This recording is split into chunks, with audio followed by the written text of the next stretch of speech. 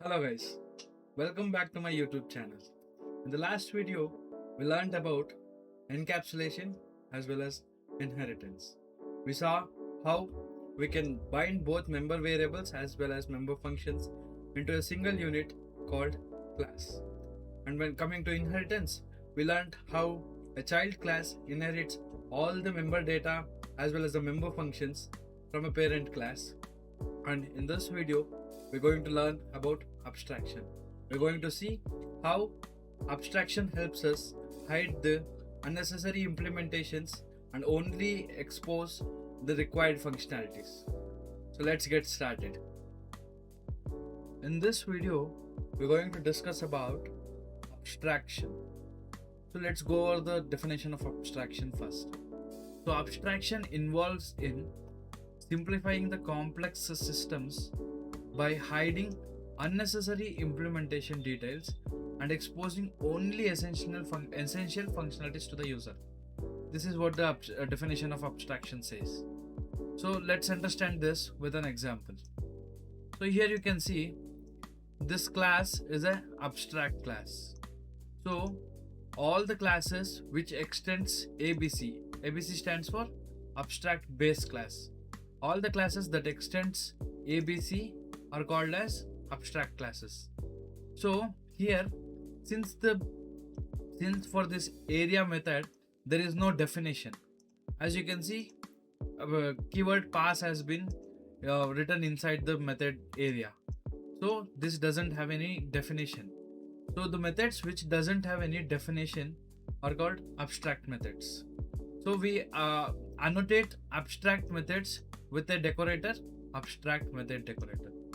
So this is what abstract classes means. So abstract classes has methods which doesn't have implementation in it. So this is about abstract classes. So where do we use these abstract classes in? So we use abstract classes to implement the methods that are defined in the abstract classes. As you can see here, this class circle extends abstract class shape. So abstract class shape has a method area. So the definition of this method area is here. As you can see in the class circle, which is not abstract method.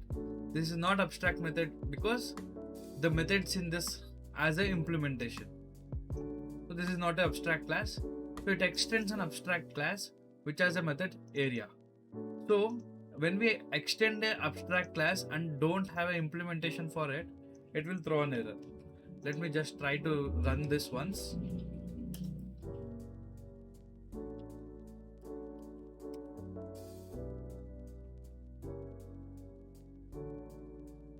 So when I run this, it says it can't instantiate the abstract class circle without an implementation for a method area. As you can see, this extends this abstract class shape and it doesn't have an implementation of this area method. That's why the error is being thrown. So where exactly and why exactly we need abstract classes?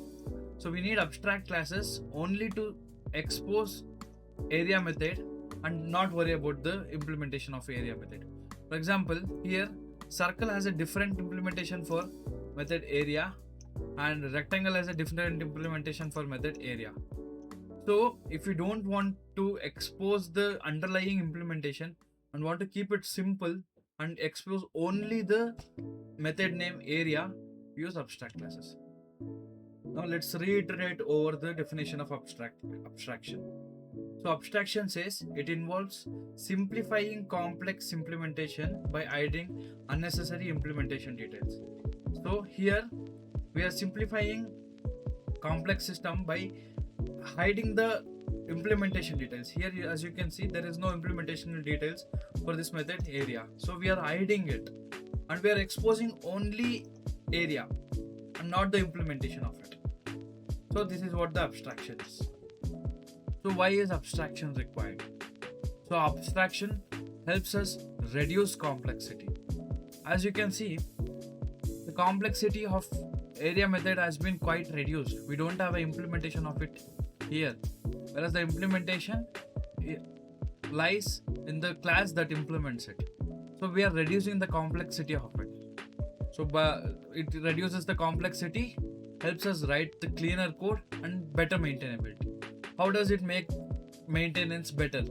So if we want to add another class, let's say circle, rectangle, and we want to add another class called triangle, which is also a shape. And if we forget to implement few methods in it, then it will throw an error. So how does this help us? Since this current shape implement class has only one method, if there are multiple methods in this shape class, and if the programmer fails to implement any of that method, it helps us figure out the bug in the early stage itself.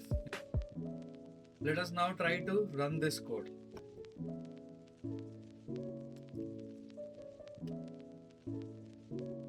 As you can see, 78.5, which is the area of the circle, and 24, which is the area of the rectangle, has been printed in the console. So there is no difference while invoking the class. However, the difference lies in the implementation. So any shape going forward will be extracted from the class shape, and it will have to implement the method area. And this is how abstraction helps us enforce necessary implementation and helps us have a maintainable code. Congratulations on making it to the end of this video. In this video, we learned how abstraction works. We saw how abstraction helps us write clean code, reduce complexity, and enhance maintainability of the code. In the next video, we are going to learn about different types of methods in a classes. So I encourage you to watch the video multiple times for the concepts to settle in. If you have liked this video, click that like button, subscribe, and ring the bell notification so that you don't miss on the future updates. Thank you. I'll see you in the next one.